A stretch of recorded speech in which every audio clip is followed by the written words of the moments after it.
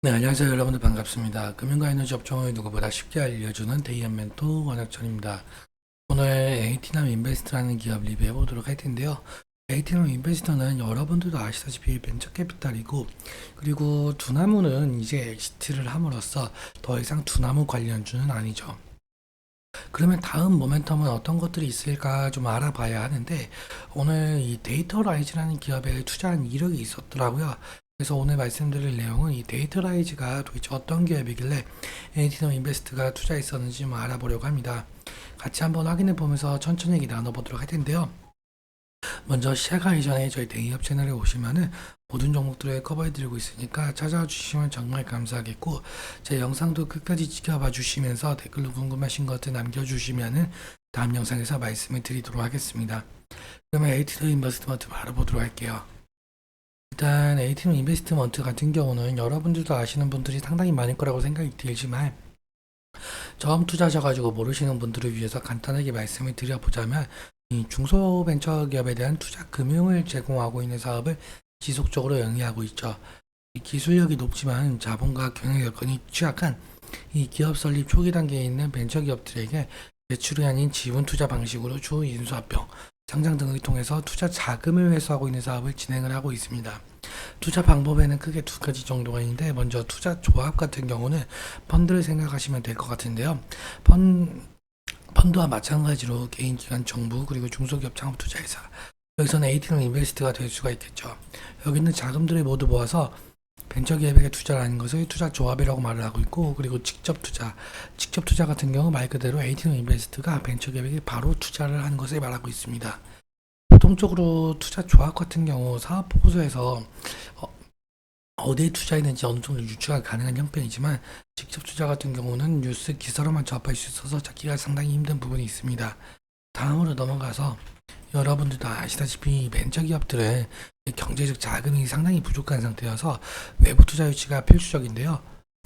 투자 유치는 한 번으로 끝나는 것이 아니라 여러 단계에 걸쳐서 시행이 되고 있죠. 먼저 시리즈 A 같은 경우는 서비스를 오픈하기 위한 준비 단계에서 받는 투자. 사실 이 단계까지 오지 못하고 망하는 기업들이 너무 많아서 여기 있는 구간을 죽음의 계곡, 데스밸리라고 표현을 하고 있습니다. 그리고 시리즈 B 같은 경우는 사업 확장을 하기 위해서 추가로 받는 투자 단계. 시리즈 C부터는 스케일업을 가속하기 위한 단계로, 대부분 벤처기업들은 여기 시리즈 C 단계에서 외부 투자를 마무리 짓고 안정적인 수익 구조를 만들기 위해서 어떠한 노력을 하게 되겠죠. 그래서 이 ABC 투자를 통해서 본격적인 성장을 이루게 되고, 그리고 벤처기업들은 상장이나 M&A가 가능한 기업으로 탈바꿈하게 되고, 여기서 벤처 캐피탈들은 투자금 회수를 통해서 이익을 보는 구조다라고 말씀을 드리려고 합니다.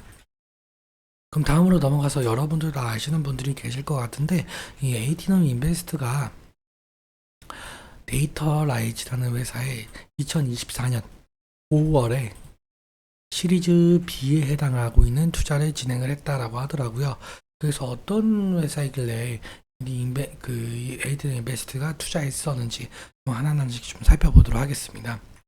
일단 여기 기사에도 나와 있듯이 데이터라이즈 같은 경우는 고객 관계 관리 마케팅 서비스를 진행을 하고 있는데요. 여기서 이 고객 관계 관리는 이 기업이 고객과의 관계를 관리하고 고객을 확보하기 위해서 사용되는 경영 방식이에요. 그러니까 이 데이터라이즈는 이런 마케팅 서비스를 좀 운영을 하고 있다라고 보시면 될 것 같은데요. 간단하게 설치만 한다라고 한다면, 이 고객 데이터를 자동으로 수집을 하고 분석하고, 이 분석한 내용을 바탕으로 여러 가지 시행을 한다라고 하죠. 쉽게 한번 예를 한번 들어보자면, 사실 여러분들도 그렇고 저도 그렇고 유튜브를 볼 때 이 알고리즘을 통해서 우리가 관심이 있는 이런 영상들을 추천 영상으로 보여주잖아요. 그럼 비슷한 역할이죠, 어떻게 보면은. 그러니까 고객들이 어떤 관심사를 더 좋아할까라는 것을 좀 자동 수집해서 고객들의 데이터를 한눈에 파악할 수 있는 그런 역할을 하고 있는 것으로 보이고 있어요. 아무튼 그래서 이 이커머스 성장에 필요한 데이터를 한눈에 파악할 수 있다라고 하는 건데, 사실 당연하게도 이커머스를 위한 마케팅 서비스를 진행을 하고 있기 때문에 이커머스의 성장성이라든지 고객 수가 모멘텀이 될 가능성이 상당히 높겠죠. 그렇다면 이 성장성을 좀 알아봐야 되는데요.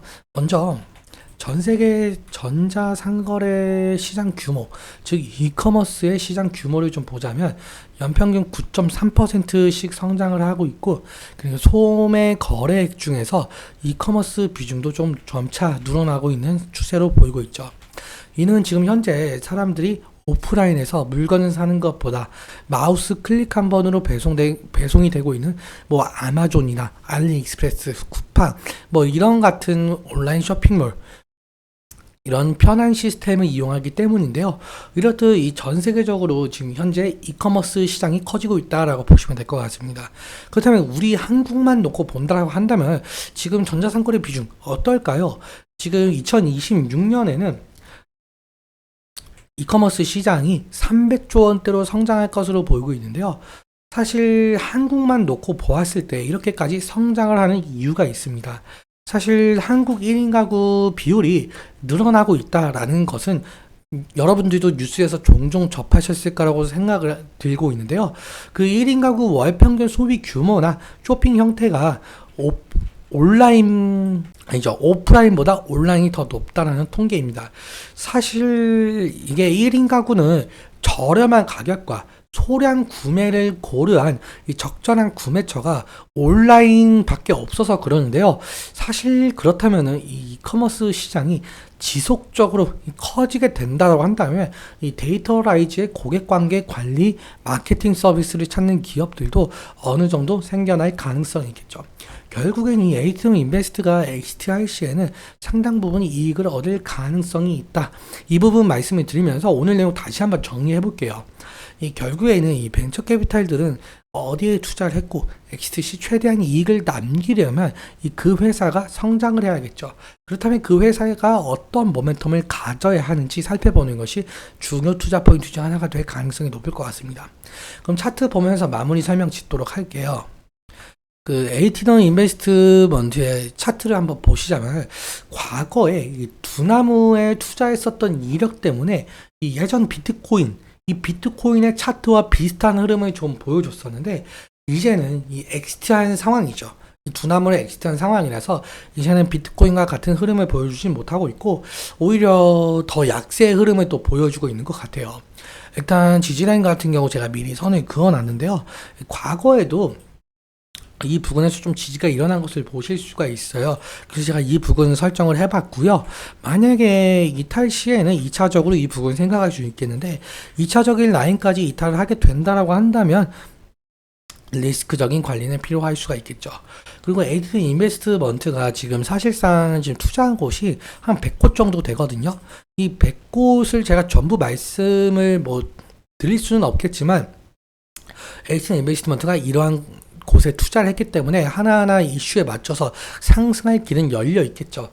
하지만 이 에이티넘 인베스트 차트를 보시면 아까 말씀을 드렸다시피지만 예전 그 차트가 그 비트코인과 같이 갔었던 차트의 흐름이기 때문에 지금 상당히 내려와 있는 상황이잖아요. 그래서 상승시마다 차익 실현 매물이 나올 수 있다는 점, 그 부분 좀 염두에 두시면서 앞으로 에이티넘 인베스트먼트가 어디에 투자를 하고 있는지 그리고 어디에 엑시트를 할지에 대해서는 제가 지속적으로 영상 제작해서 말씀을 드려보도록 하겠습니다. 오늘은 여기까지 말씀을 드리면서 오늘 내용 여러분들께 도움이 되셨다면 구독과 좋아요 부탁드리고, 그리고 말씀드린 내용과 이 차트적인 부분에 대해서는 제 개인적인 견해가 많이 껴있다 보니까 여러분들의 주관적인 견해와 함께 투자를 현명한 선택하셨으면 좋겠습니다. 오늘도 시청해주셔서 감사하고 지금까지 멘토 권혁철이었습니다. 감사합니다.